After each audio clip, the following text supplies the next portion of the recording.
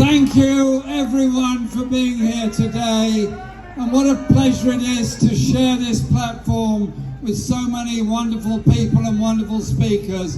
And I particularly want to thank Stephen Capo for coming here today and giving us that moving testimony of what brutality and carnage does to people's lives, and the way he has expressed his solidarity with the Palestinian people. All across the UK, people are showing their anger at what is going on. The 300,000 of us here today represent a very broad cross-section of the people of this country. 1 year on, and this war has continued and getting worse and worse. Just think about it. At this very moment, there are bombs falling in Gaza, in Yemen, in Lebanon, in Syria, Iran, Iraq. The bombing has brought about the deaths of 40,000 people in Gaza, including 16,000 children. And Gaza is now a place of unbelievable levels of poverty, of hunger, of lack of medicine and famine that has taken hold. All of it specifically designed to happen by the Israeli bombardment and the weapons they've used to bring that about.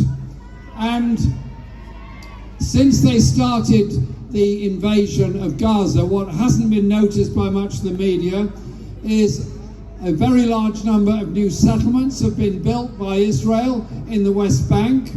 Tens of thousands of Palestinians on the West Bank have been arrested and remain in prison, many of them in administrative detention.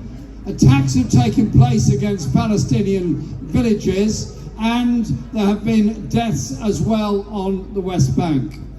And then when the action started in Lebanon, the numbers of people now driven from their homes runs into the hundreds of thousands, as the Israeli army has issued orders to people to leave all of southern Lebanon to allow Israel to occupy it. And the bombardment doesn't stop there. It goes across the borders into other countries as well. And now we understand there is large bombardment taking place in Yemen. So you ask yourself this question: how is it that Israel, a country of 5 million, is able to mount such a massive attack on so many of its neighbours? And the answer is quite simply, they have endless supplies of some of the most sophisticated weapons the world has ever seen. $20 billion worth of US weapons have already been exported to Israel.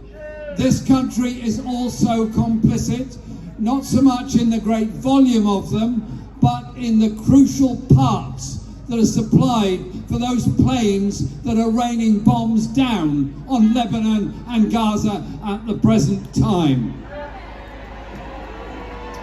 And so, whilst weapons come mainly from the US, but also from Italy, also from this country, and also from Germany, it's quite significant that today the French president has called for a halt to arms supplies to Israel just an hour ago. And so one hopes that that is going to have an effect. But it's our voice and our noise globally that's going to have an effect.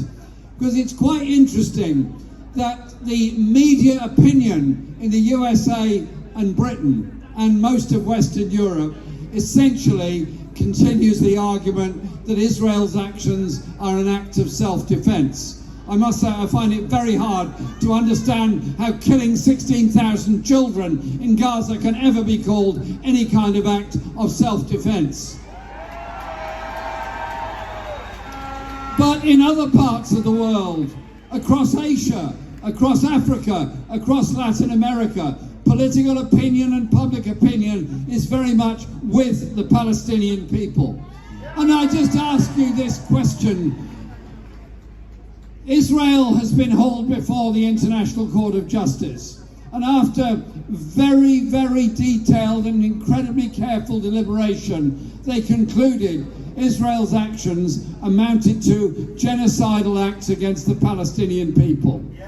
Netanyahu and others have been arraigned to go before the International Criminal Court for acts they've taken against the Palestinian people, and arrest warrants have been issued for them.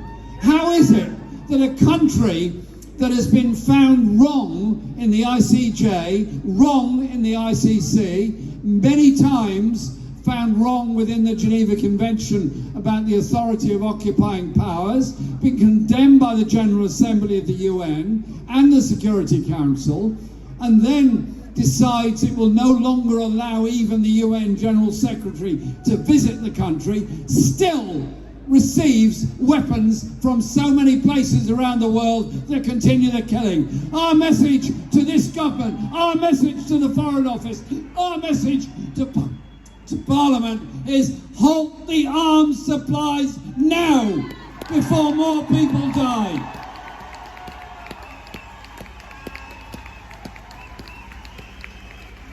And whilst there's all kinds of very authoritative and very clever discussions take place on late night television about who said what, who did what, who's done what, and who said what over the past year, as Guterres pointed out at the time, it didn't all come from nowhere.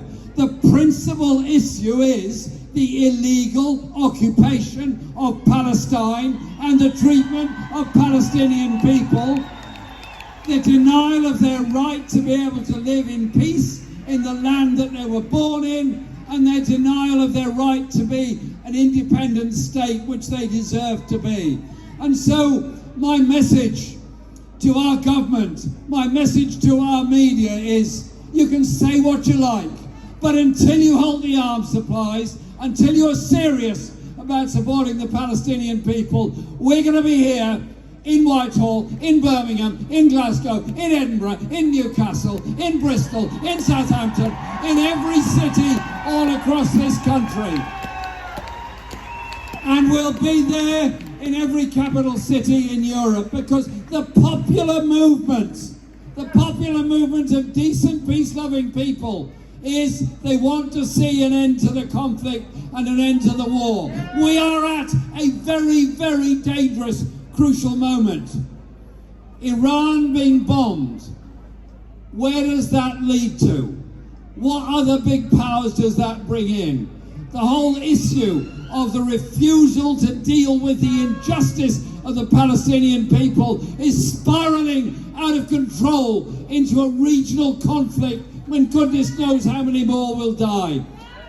Our movement is a voice for peace. Our movement is a voice for justice. Our movement is a movement of unity of all peoples. And I simply say this to the Prime Minister: we are not ever going away. We will stand here as long as it takes, for as long as it takes, until the people of Palestine are able to live in freedom and in peace and in justice. Thank you very much.